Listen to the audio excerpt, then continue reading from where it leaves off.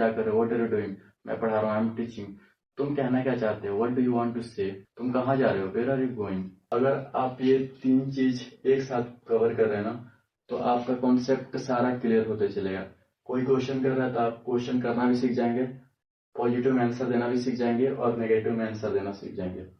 तीनों कॉन्सेप्ट एक साथ क्लियर होते चलेगा, ठीक है। यहाँ पे कभी क्वेश्चन नहीं बनता है आई से, मतलब मैं खुद से कैसे क्वेश्चन कर सकता हूँ, क्या मैं स्कूल जाता हूँ, do I go to school, ऐसे क्वेश्चन नहीं बनता। हेलो एवरीवन, आज की इस वीडियो में हम लोग डूडल्स को कवर करेंगे। जैसे कि आप जानते हैं आज डे सेकंड है, फर्स्ट डे में हम लोग इस ग्रामर को कवर किए थे और आज हमारा डे सेकंड है जिसमें हम लोग डूडल्स को कवर करने वाले हैं।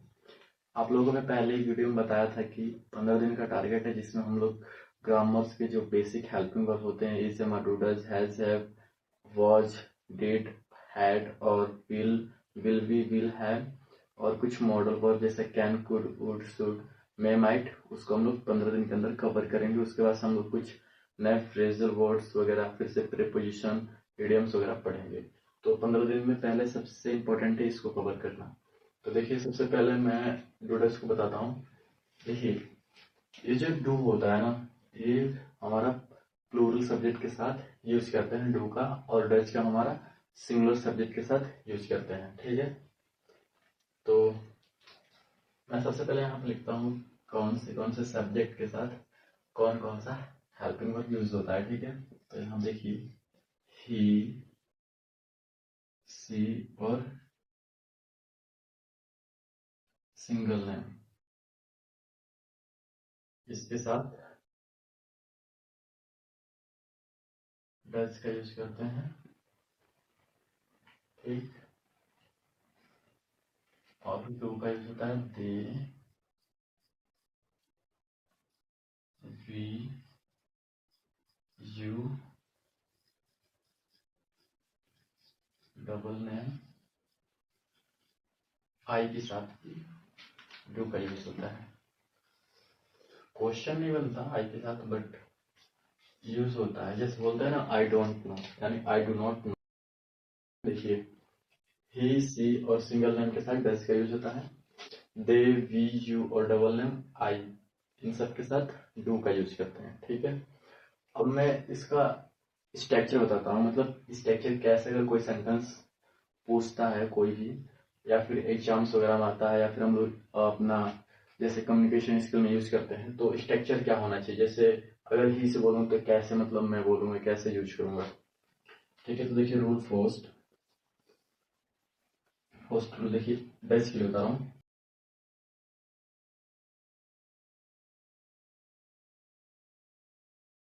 आप यहाँ पे समझेंगे, डज ही एक्शन, एक्शन का मतलब हो गया आपका जो, मतलब इसके द्वारा जो कार्य हो रहा है, इसके द्वारा, ही के द्वारा। जैसे मैं एग्जांपल के लिए बोलूं, क्या वह स्कूल जाता है, क्या वह स्कूल जाता है, यानी क्या, डज ही, यानी स्कूल जाना, go to school, does he go to school. यहाँ पे वह स्कूल जाता है, ही गोज टू स्कूल, इसमें एस ऐड हो जाएगा, ठीक है। या फिर एस एक्शन में ऐड कर लेंगे।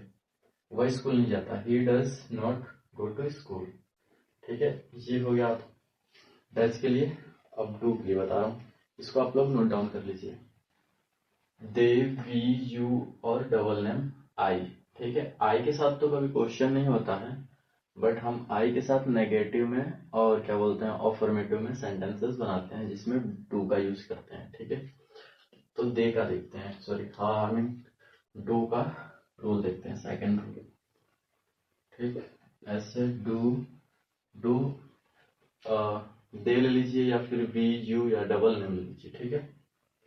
तो मैं कोई भी लेता हूँ, चलिए दे लेता हूँ, या फिर यू लेता हूँ।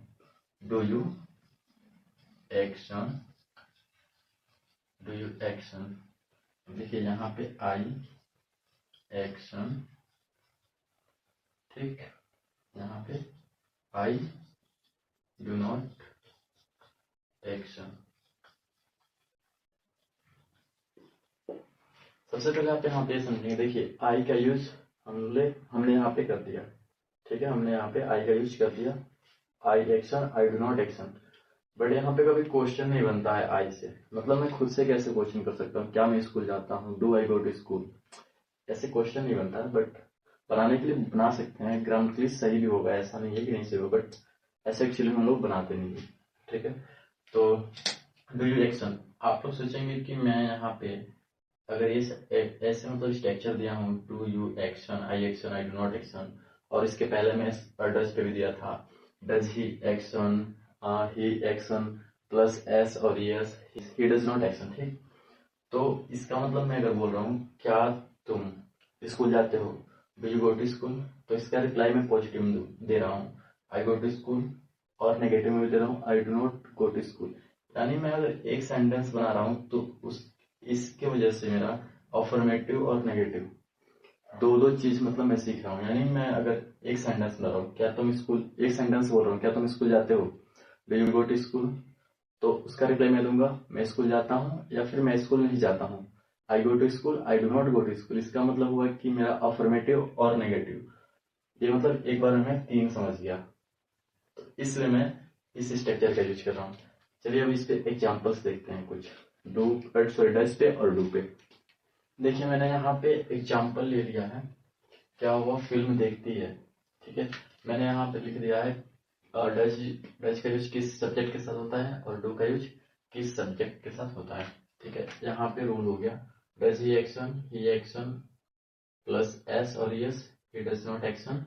ठीक है, do you action, I do not action. ठीक है, तो सबसे पहले हम लोग डज पे बनाएंगे, इस पे बनाएंगे। ठीक है, क्या वह फिल्म देखती है, आप सोचिए कैसे बनेगा। देखिए, क्या वह फिल्म देखती है, सबसे पहले हम लोग देखेंगे इस सब्जेक्ट में, इस मतलब सेंटेंस में कौन सा सब्जेक्ट काम कर रहा है। क्या वह है, वह यानी लड़का है कि लड़की, आप देखिए लड़की है। क्या वह फिल्म देखती है, यानी लड़की है, देखती है। लड़की के लिए किसका यूज करेंगे, सी, सी का यूज करेंगे। आप देखेंगे यहाँ पे देखिए क्वेश्चन से पूछा है, मतलब क्वेश्चन किया है, तो क्वेश्चन जब करता है तो हम लोग ना जो हेल्पिंग वर्ब होता है उसको सबसे पहले लिखते हैं। ठीक है, तो ये सी, इसका हेल्पिंग वर्ब क्या होगा, डज होगा, तो क्या हो जाएगा, डज सी। अब सब्जेक्ट लिखेंगे, डज सी फिल्म देखना, watch movie, does she watch movie,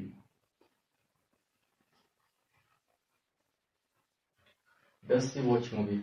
अच्छा ठीक है, अगर मैं इसको इंटरोगेटिव से बना लिया तो क्या मैं इसे अफर्मेटिव और नेगेटिव नहीं बना सकता हूँ, बिल्कुल बना सकता हूँ। अगर मैं बोल रहा हूँ क्या वो फिल्म देखती है, तो मैं बोल दिया डज सी वॉच मूवी, क्या वह फिल्म देखती है, वह फिल्म देखती है, वह फिल्म नहीं देखती है, तो इसके नीचे डायरेक्ट मैं अफर्मेटिव और नेगेटिव बनाता हूँ। क्या वह फिल्म देखती है, डज सी वॉच मूवी, वह फिल्म देखती है।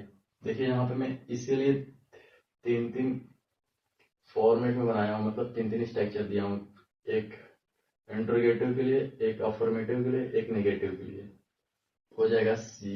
अब यहाँ पे देखिए, यहाँ पे रूल में देखिए, ही या फिर सी कोई भी हो, सी लिख दिया। एक्शन, एक्शन क्या है, वॉच मूवी।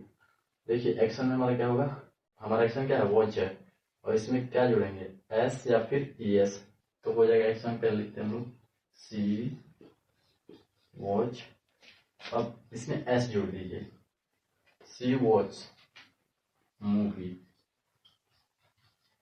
ठीक,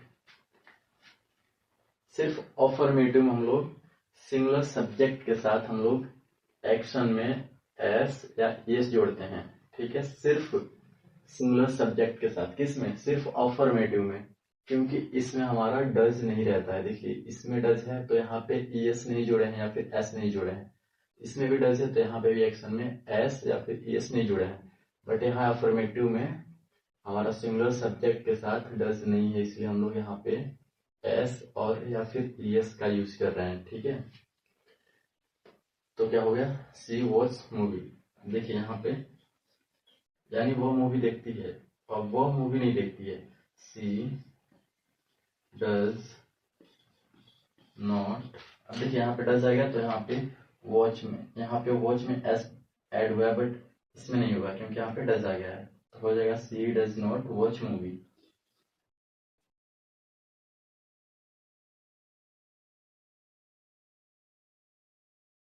ठीक, समझ गए। अब डू पे देखते हैं एग्जाम्पल। पहले इस पे एक और एग्जाम्पल बताता हूँ मैं, 1 मिनट।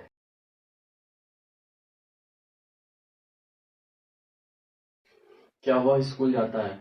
तो सबसे पहले हम देखेंगे सब्जेक्ट कौन सा है, वह है। अब वह है तो वह में चेक करेंगे लड़का है कि लड़की है। क्या वह स्कूल जाता है, लड़का है, यानी ही। अब ही के लिए कौन सा हेल्पिंग वर्ब लगाएंगे? डज लगाएंगे, क्योंकि ही के साथ डज का यूज होता है, डू का यूज इन सारे सब्जेक्ट के साथ होता है, तो ही के साथ डज का यूज होगा। ठीक है, अब देखिए क्या से स्टार्ट हुआ है, सबसे पहले डज लिखेंगे, ठीक, और वह है लड़का है, उसके लिए ही लगाएंगे। ठीक है, तो क्या होगा? डज डज ही कहाँ स्कूल जाता है? Go to school. Does he go to school, question mark, क्योंकि क्या से स्टार्ट हुआ है। Does he go to school, क्या वो स्कूल जाता है? क्या वह स्कूल जाता है? वह स्कूल जाता है, वह स्कूल नहीं जाता है। वह स्कूल जाता है, वह स्कूल नहीं जाता है, यानी अफर्मेटिव और नेगेटिव। देखिए, does he action plus E S या फिर S, he does not action. ठीक है, क्या वह स्कूल जाता है? Does he go to school, वह स्कूल जाता है, ही।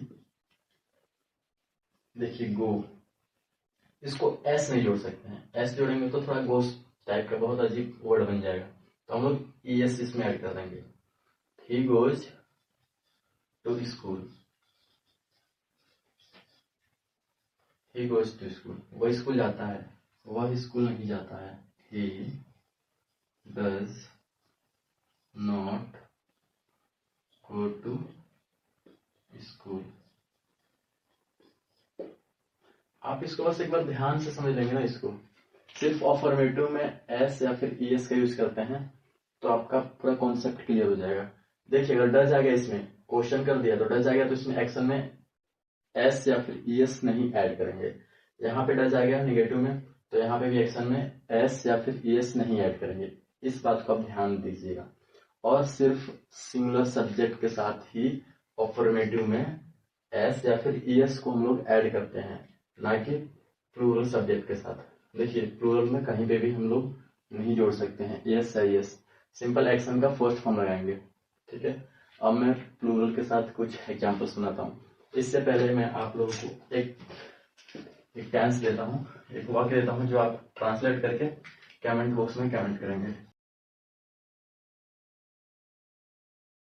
इसको आप लोग ट्रांसलेट करेंगे इंट्रोगेटिव, अफर्मेटिव और नेगेटिव में। आपको पता है सिंगल नाम है, हमारा सब्जेक्ट जो है सिंगुलर है, इसके साथ डज का यूज करेंगे, अफर्मेटिव में एस या एस जोड़ेंगे, और नेगेटिव के लिए डज नॉट लगाएंगे। ठीक है, एक्शन का फर्स्ट फॉर्म।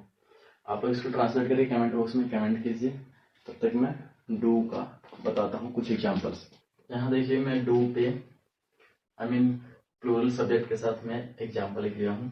क्या तुम अंग्रेजी बोलते हो? जरूरी नहीं है कि तुम से ही, मतलब यू से ही, आप लोग चाहे तो दे से, वी से, या फिर डबल नेम। जैसे दे से क्या वे लोग अंग्रेजी बोलते हैं, वी से क्या हम लोग अंग्रेजी बोलते हैं, डबल नेम जैसे क्या राम और मोहन अंग्रेजी बोलते हैं, यानी डबल नेम आ गया, एक साथ दो लोग मिलकर काम कर रहे हैं तो हमारा सब्जेक्ट प्लूरल हो गया। ठीक है, तो वहां पर हम लोग डू का यूज करेंगे। क्या तुम अंग्रेजी बोलते हो? ठीक है, तो तुम सबसे पहले हम लिखेंगे सब्जेक्ट क्या है, तुम का इंग्लिश क्या होता है? यू। यू के लिए हेल्पिंग वर्ब हम लोग लगाएंगे डू। ठीक है, तो हो जाएगा। देखिए क्या से स्टार्ट हुआ है तो यहाँ पर हो जाएगा पहले डू। क्यों? क्योंकि क्या से स्टार्ट हुआ है तो हमारा हेल्पिंग वर्ब बाहर आ जाएगा डू। फिर सब्जेक्ट क्या है? यू। डू यू अंग्रेजी बोलना, स्पीक हो जाएगा। यहाँ देखिए आप एक्शन बस है, और फिर से ऑब्जेक्ट है, क्या है? अंग्रेजी ऑब्जेक्ट है हमारा। डू यू स्पीक, बोलना क्या होता है? स्पीक अंग्रेजी में क्या होता है? English. Do you speak English, question mark. अच्छा सिंपल सा अगर मैं बोलूँ क्या तुम इंग्लिश बोलते हो, तो आपका रिप्लाई क्या होगा? मैं, अगर आपको इंग्लिश आता होगा, आप बोलते होंगे तो बोलेंगे कि हाँ मैं इंग्लिश बोलता हूँ। अगर नहीं बोलते होंगे तो क्या बोलेंगे? मैं इंग्लिश नहीं बोलता हूँ। तो समझिए मैं आपसे क्वेश्चन किया इंग्लिश में, डू यू स्पीक इंग्लिश, तो आपके पास दो रिप्लाई होगा, I speak English, I do not speak English. तो यहाँ वही लिखते हैं reply, I speak English, I speak English. या फिर मुझे अगर इंग्लिश नहीं आती है तो मैं क्या बोलूंगा? I do not speak English. I do not speak English.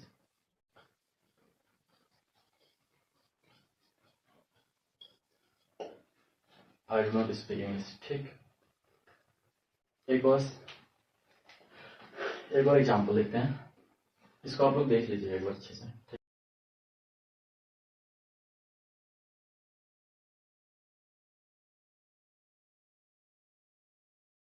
जब क्या से शुरू होता है कभी भी कोई भी सेंटेंस, तो हम लोग क्वेश्चन मार्क लगाते हैं। ठीक है, क्या वे लोग झूठ बोलते हैं?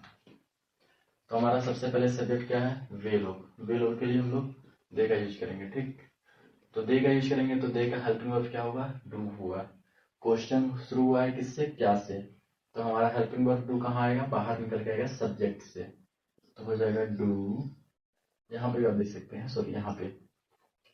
ठीक है, डू दे, झूठ बोलना क्या होता है? Tell lie. यहाँ पे do they tell a lie, do they tell a lie. झूठ बोलना का मतलब पूरा का होता है झूठ बोलना, टेल अलाई। क्या वे झूठ बोलते हैं? क्या वे झूठ बोलते हैं? वे झूठ बोलते हैं, यानी दे टेल अलाई। वे झूठ नहीं बोलते हैं, they do not tell a lie. तो दे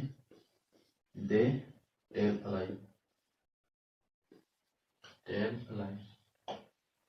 यहां देखिएगा, एक्शन में है डायरेक्ट, सॉरी अफर्मेटिव में है डायरेक्ट सब्जेक्ट और एक्शन।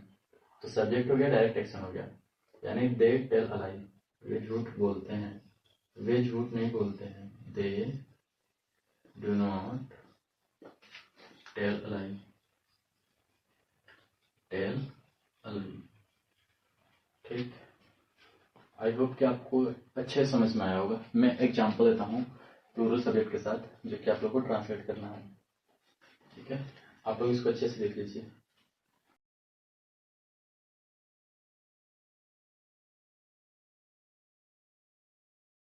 क्या हम भगवान की पूजा करते हैं? इसको आप लोग ट्रांसलेट करेंगे। देखिए, ये पहले किस में है? इंट्रोगेटिव में। क्या से क्वेश्चन किया गया है? आप इसको इंट्रोगेटिव में भी ट्रांसलेट करेंगे, अफर्मेटिव में भी ट्रांसलेट करेंगे, और नेगेटिव में भी ट्रांसलेट करेंगे। इसको आप तीनों में ट्रांसलेट करके और कमेंट बॉक्स में कमेंट करेंगे। ठीक है, ये कंप्लीट हो गया। देखिए, सबसे इंपॉर्टेंट क्या होता है? सबसे इंपॉर्टेंट ये होता है ना कि अपना टाइम बचाना, अपना टाइम सेव करना। देखिए, अगर आप अपना इंग्लिश स्पोकन इंप्रूव करना चाहते हैं तो सबसे पहले बेसिक सारा कंप्लीट होना चाहिए। अगर कोई भी कहीं से कुछ भी पूछता है तो डायरेक्ट आप लोग ट्रांसलेट कर लें, आपको सोचना ना पड़े। जैसे मैं बोलूँ तुम क्या कर रहे हो, तो आपको सोचना ना पड़े कि हाँ क्या आ गया, बीच में आ गया क्या, उसको कैसे बाहर निकालो, इसका हेल्पिंग वर्ब क्या होगा, एक्शन में क्या होगा, first form, second form, third form. आप मुझसे पूछिए तुम क्या कर रहे हो, व्हाट आर यू डूइंग, मैं पढ़ा रहा हूँ, आई एम टीचिंग। तुम कहना क्या चाहते हो, what do you want to say, तुम क्या कर रहे हो, व्हाट आर यू डूइंग, तुम कहाँ जा रहे हो, वेयर आर यू गोइंग। तो देखिए, ये सब ट्रांसलेट अगर आप ऐसा करना चाहते हैं ना तो प्रैक्टिस बहुत ज्यादा इंपॉर्टेंट है। उसके लिए आपका ये क्लियर होना चाहिए, जो बेसिक मैं पढ़ा रहा हूँ, ये बेसिक से हम लोग इंग्लिश बोलना स्टार्ट कर सकते हैं, बहुत ही आसान होता है। ठीक है, practice is a very most important things for improving your communication skill. Okay, तो देखिए, अगर आप ये तीन चीज एक साथ कवर कर रहे हैं ना तो आपका कॉन्सेप्ट सारा क्लियर होते चलेगा। कोई क्वेश्चन कर रहा है तो आप क्वेश्चन करना भी सीख जाएंगे, पॉजिटिव में आंसर देना भी सीख जाएंगे, और नेगेटिव में आंसर देना सीख जाएंगे। तीनों कॉन्सेप्ट एक साथ क्लियर होते चलेगा। ठीक है, तो आज का ये हमारा डूडल्स कंप्लीट हो गया। आई होप कि आपको सारा कॉन्सेप्ट अच्छे से क्लियर हुआ होगा। अगर वीडियो थोड़ी सी भी हेल्पफुल लगी हो तो प्लीज चैनल को सब्सक्राइब करें, वीडियो को शेयर करें। और कल की वीडियो अगर आपने नहीं देखी जेमा वाली तो मैं इस वीडियो के डिस्क्रिप्शन बॉक्स में उसका लिंक डाल दे रहा हूँ, आप लोग उसको भी जाके जरूर देखिएगा। Thanks for watching.